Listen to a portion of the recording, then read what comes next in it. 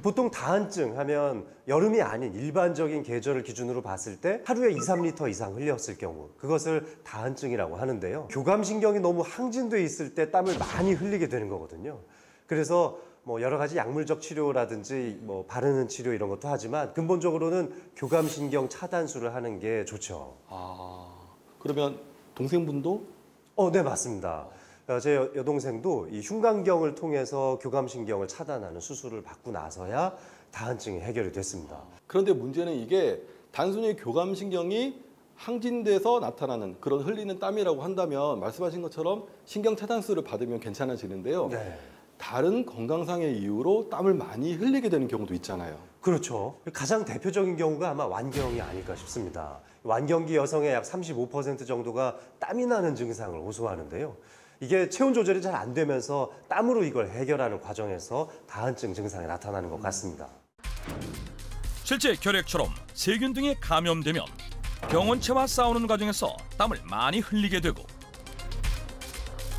갑상선 질환을 앓고 있는 경우 역시 체온 조절 능력이 떨어져 땀을 많이 흘리게 된다.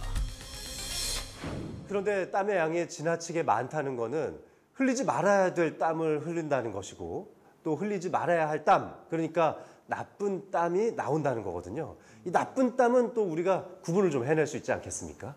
그러면 좋은 땀, 나쁜 땀, 이상한 땀 뭐 이런 건가요? 좋은 놈, 나쁜 놈, 이상한 땀까지는 아니지만 일단 좋은 땀은 서서히 흘러서 염분이 적기 때문에 우리가 땀이 나는지도 모릅니다. 그런데 만약에 그렇게 덥지도 않은데 갑자기 땀이 좀 흐른다거나 땀을 만졌는데 끈적끈적하다 이러면 나쁜 땀을 흘리는 거거든요. 이 주의가 필요하죠. 좋은 땀의 대표적인 예는 운동으로 흘리는 땀. 전신에 걸쳐 고루 흐르고 서서히 땀이 나기 시작하며 염분의 농도가 낮다는 특징이 있다. 반대로 나쁜 땀은 갑자기 많은 양의 땀이 쏟아져 염분 농도가 높고 끈적이며 냄새를 동반하게 된다.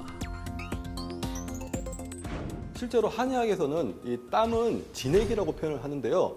우리 몸을 순환하는 혈액이라든지 체액, 땀, 소변, 눈물 등을 모든 걸 진액이라고 표현을 하거든요. 근데 이렇게 땀을 너무 많이 흘린다라는 건 결국 이 진액이 너무 많이 빠져나간다라는 거잖아요. 네. 그렇게 되면 순환이 제대로 이루어지지 않아가지고요. 혈압, 당뇨 같은 혈관 질환이나 대사 질환은 물론이고 머리카락이 가늘어지고 빠지는 탈모, 그리고 뼈가 약해지는 골다공증까지 여러 전신 질환을 유발할 수가 있다라는 거죠.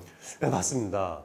때문에 내가 예전에 비해서 땀을 많이 흘린다 싶으면은 건강 이상이 생긴 거 아닌가? 한 번쯤 의심해 볼 필요가 있겠습니다.